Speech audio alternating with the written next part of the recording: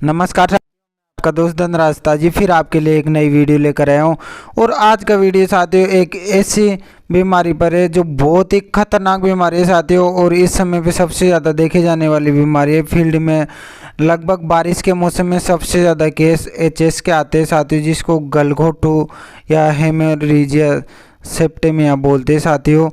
तो ये गलघोटू बीमारी, इसके बारे में आप सबने भी सुना होगा कि बहुत ही भयंकर बीमारी होती है साथियों ये।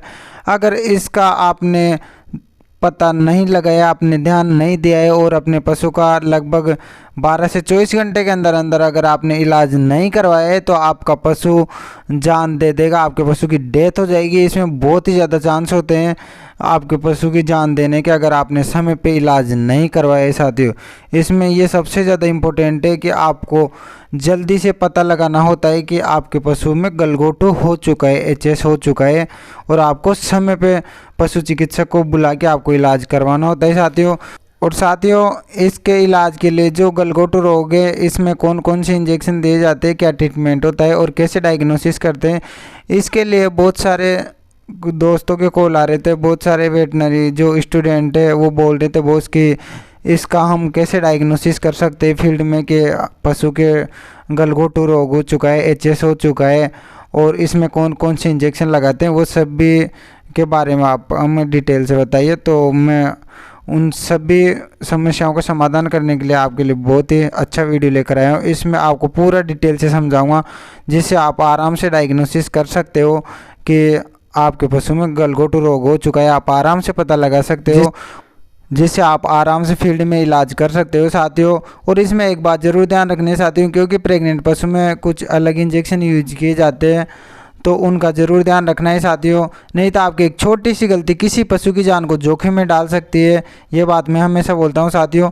और अब मैं बताने जा रहा हूँ कि आप इसमें कौन कौन से इंजेक्शन लगाने, कैसे लगाने, किस रूट से लगाने।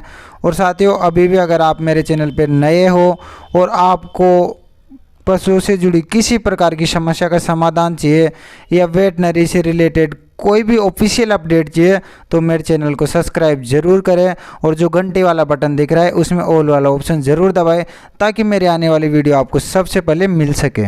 तो साथियों अब मैं बताता हूँ आपको, ये जो गलघोटू रोग है ये एक संक्रामक रोग है साथियों, और ये मुख्यतः जैसे भैंस और गाय में देखा जाता है, जैसे कभी कभी ऊँट, बकरी, भेड़ इनमें भी होता है, लेकिन ये जैसे हॉर्स और डॉग में कभी नहीं देखा जाता है साथियों। तो जो ये गलघोटू रोग है ये एक बैक्टीरिया के कारण होने वाला रोग है, और ये बैक्टीरिया क्या है, जैसे वातावरण में तो लंबे समय तक नहीं रहता है, लेकिन तब ये किसी पशु के जैसे गले में चल जाता है तो वहाँ पे लंबे समय तक ये जीवित रहता है। और साथियों ये अधिकांश जैसे सर्दी और बारिश के मौसम में अटैक करता है, या फिर आपके पशु की जैसे इम्यूनिटी पावर कम हो जाती है उसी समय पे ये अटैक करता है साथियों।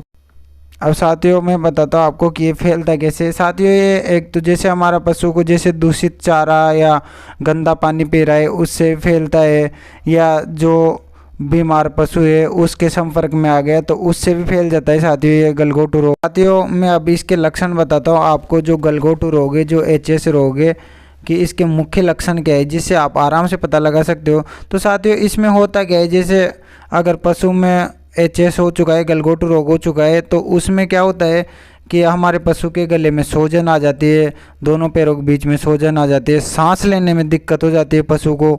और इसमें साथियों क्या होता है कि गले में सूजन आ जाती है, उसकी वजह से सांस लेने में बहुत ज़्यादा दिक्कत होती है, और घर घर की आवाज़ आती है, और जैसे नाक से डिस्चार्ज आना, नाक से पानी आता है, मुंह से पानी आता है, और इसमें सबसे इम्पोर्टेंट होता है कि सांस लेने में बहुत ही ज़्यादा दिक्कत होती है साथियों। और साथियों इसमें जैसे मुंह से झाग भी गिराता है पशु, और लगभग साथियों इसमें जैसे निमोनिया से मिलते जुलते सिम्टम्स होते हैं। और साथियों इसमें पशु का टेम्परेचर बहुत हाई हो जाता है, जैसे 104 से 106 डिग्री फ़ारेनहाइट हो जाता है साथियों। और साथियों जो गले में सूजन आते हैं उसको अपन दबाएंगे, थोड़ा सा पुश करेंगे तो उसमें जैसे गड्ढा भी नहीं पड़ता है साथियों। इन सभी चीज़ों से आप पता लगा सकते हो कि आपके पशु में गलघोटू रोग हो चुका है साथियों। और यह मुख्य इंपॉर्टेंट ध्यान रखना है साथियों, क्योंकि निमोनिया में तो आपको पता है इतना प्रभावी नहीं होता है निमोनिया, और ये इतना प्रभावी होता है साथियों कि अगर लगभग 12 से 24 घंटे के अंदर अगर इलाज नहीं करवाए इसका, लास्ट 24 घंटे के अंदर, तो आपको पशु जान दे देगा साथी। और ये बहुत ही ज़्यादा प्रभावित होता है कि आपको लगभग सुबह थोड़ा सा प्रभावित दिखेगा, आपका पशु खाना वाना छोड़ देगा और लगभग 4-5 घंटे बाद तो आपका पशु नहीं तो पानी पिएगा और सांस लेने में बहुत ही ज़्यादा दिक्कत हो जाएगी और पशु एकदम गिर जाएगा और बिल्कुल धीरे धीरे से सांस लेगा और बिल्कुल खाना पीना बंद कर देगा। पशु का बहुत ज़्यादा टेम्परेचर हो जाएगा साथियों। ये सभी लक्षण देख के आप पता लगा सकते हो, आराम से डायग्नोसिस कर सकते हो कि आपके पशु में गलघोटू रोग हो चुका है। और साथियों ये ज़रूर ध्यान रखना है कि आपको जल्दी से इसका डायग्नोसिस करके जल्दी से पता लगा कि इस रोग का टाइम पे इलाज कराना बहुत ज़्यादा इंपॉर्टेंट है, नहीं तो आपका पशु जान दे देगा, आपके पशु की डेथ हो जाएगी अगर आपने समय पे इलाज नहीं किया तो। और मैंने जो लक्षण बताए उनसे आप आराम से डायग्नोसिस कर सकते हो। अब मैं आपको इंजेक्शन बता देता हूँ कि इसमें आपको कौन कौन से इंजेक्शन यूज में लेने हैं। और आपको इंजेक्शन हमेशा पशु चिकित्सक की देखरेख में ही लगवाने हैं, आप खुद डॉक्टर बनने की कोशिश ना करें, मेरा काम है आपको नॉलेज देना। तो साथियों इसमें आपको ब्रॉड स्पेक्ट्रम एंटीबायोटिक यूज में लेनी है जो ग्राम पॉजिटिव और ग्राम नेगेटिव दोनों प्रकार के बैक्टीरिया पर काम करते हैं। उसका वीडियो आपको लिंक डिस्क्रिप्शन में मिल जाएगा कि ब्रॉड स्पेक्ट्रम एंटीबायोटिक कौन सी है।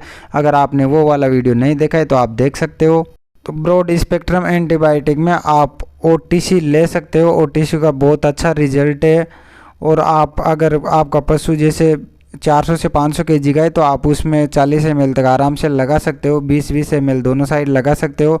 लेकिन एक बात ज़रूर ध्यान रखनी है, अगर आपका पशु प्रेग्नेंट है तो ये OTC जो ब्रॉड स्पेक्ट्रम एंटीबायोटिक ये यूज ना ले तो ये अच्छा रहेगा।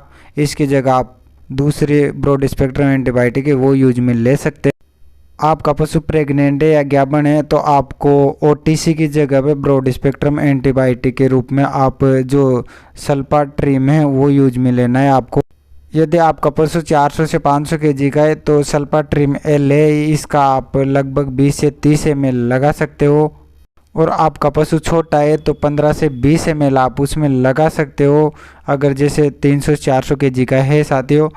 और ये दोनों रूट से आप लगा सकते हो। सल्फाट्रिम L है, इसको आप IM और IV दोनों रूट से लगा सकते हो। और IV IM आप लगाना नहीं जानते हो और आपको सीखना है तो मेरा वीडियो IM और IV का बहुत अच्छे से समझा रखा है, आपको वीडियो का लिंक डिस्क्रिप्शन में मिल जाएगा जो आप देख सकते हो अगर आपको देखना है तो। और पशु का टेम्परेचर हाई हो गया साथियों तो उसके लिए आपको जो निमोस्लाइड पैरासीटामोल का जो इंजेक्शन आता है उसको यूज करना है। और जैसे 400 से 500 kg का है तो आप 15 से 20 ml आप यूज में ले सकते हो आराम से। लेकिन ये ज़रूर ध्यान रखना है कि आपको प्रेग्नेंट पशु में ये यूज में नहीं लेना है। इसकी जगह पे आपको प्रेग्नेंट पशु में आपको टेम्परेचर के लिए साथियों आपको मेलोनेक्स प्लस आपको यूज में लेना है। और इन दोनों इंजेक्शन की डोज वही है 15 से 20 ml और दोनों को आपको IM में लगाने हैं साथियों। और अगर साथियों आपका पशु प्रेग्नेंट नहीं है, ज्ञापन नहीं है तो निमोस्लाइड पैरासीटामोल का इंजेक्शन है वो यूज मिले, उसका बहुत ही अच्छा रिजल्ट है। आप मेलोनेक्स प्लस का तब भी उपयोग ले तब आपका पशु प्रेग्नेंट है या ज्ञापन है। और तीसरा इंजेक्शन आपको यूज करना है CPM क्लोरफेनेरमाइड मेनेल। CPM आप 10 ml उस पशु को लगा दे साथियों। और CPM भी आपको IM में लगाना है। ये इंजेक्शन लगाने के बाद में आप पशुपालक को जो सल्फाडिमिडीन की जो टेबलेट आती है 5 ग्राम की वो आप दे सकते हो। अगर हमारा पशु जैसे 300 से 400 kg का है तो उसको 1 टेबलेट देनी है। और जैसे 500 kg से ऊपर है तो उसको 2 टेबलेट आप यूज में ले सकते हो साथियों। 500 kg से ऊपर है तो सुबह 2 टेबलेट, शाम को 2 टेबलेट देनी है और ये लगभग 3 दिन तक देनी है। और साथियों जैसे जो ये गलघोटू रोग होता है इसका एक ही टाइम इलाज कराते में पशु जैसे 500 kg से ऊपर है तो उसको आपको 2 टेबलेट सुबह देनी है, 2 शाम को देनी है सल्फाडिमिडीन की। और आपको ये ज़रूर ध्यान रखना है कि अगर आप दूसरे दिन ट्रीटमेंट करो, क्योंकि वैसे तो जो गलघोटू रोग होता है उसका एक ही टाइम इलाज करने पे दोबारा इलाज करने की ज़रूरत नहीं होती है। वैसे एक ही टाइम में ठीक हो जाता है हमारा पशु, दोबारा इंजेक्शन लगाने की ज़रूरत नहीं होती है। और अगर फिर भी पूरी तरह से सही नहीं हुआ है तो आप दूसरे दिन रिपीट कर सकते हो वही ट्रीटमेंट। आपने सल्फाट्रिम L यूज में की है फर्स्ट दिन तो उसको दोबारा यूज में नहीं लेना है, ये इंपॉर्टेंट ज़रूर ध्यान रखना है आपको। दूसरे दिन आप निमोसलाइड और सीपीएम इंजेक्शन का यूज करें और सल्फाट्रीम की जगह पे आप सल्फाडिमिडीन की जो टेबलेट आती है वो दे सकते हैं। और अगर आपके पशु को तब भी रिलीफ नहीं मिल रहा है, सोजन नहीं उतर रहा है, तो आपको एक अच्छी एंटीबायोटिक यूज में लेना है। और यदि फिर भी आपके पशु को रिलीव नहीं मिल रहा है तो लास्ट में आप एक अच्छे एंटीबायोटिक का यूज कर सकते हैं, जैसे इंटासेप्टे जो आती है, जो सेप्ट्रिजोन टेजोबैक्टम साल्ट की जो एंटीबायोटिक आती है 3.5 ग्राम से 4.5 ग्राम की आपको एक डोज आपके पशु में लगा देनी है, बड़े पशु। बहुत ही अच्छा रिजल्ट मिलेगा आपको। और जो मैंने ट्रीटमेंट बताई ये लेटेस्ट ट्रीटमेंट है अभी का साथियों। और इसका बचाव यही है कि आप अपने पशु का वैक्सीनेशन करवा लें, टीकाकरण जरूर करवा लें। अगर आप इस बीमारी से बचना चाहते हैं तो HS के नाम से आती है। और टीकाकरण आप 3 मंथ से बड़े किसी पशु का करवा सकते हो, और प्रेग्नेंट का और बिना प्रेग्नेंट का भी आप करवा सकते हो साथियों। और आपको बारिश के मौसम से पहले टीकाकरण करवा लेना है अगर आप बचना चाहते हो इस रोग से तो।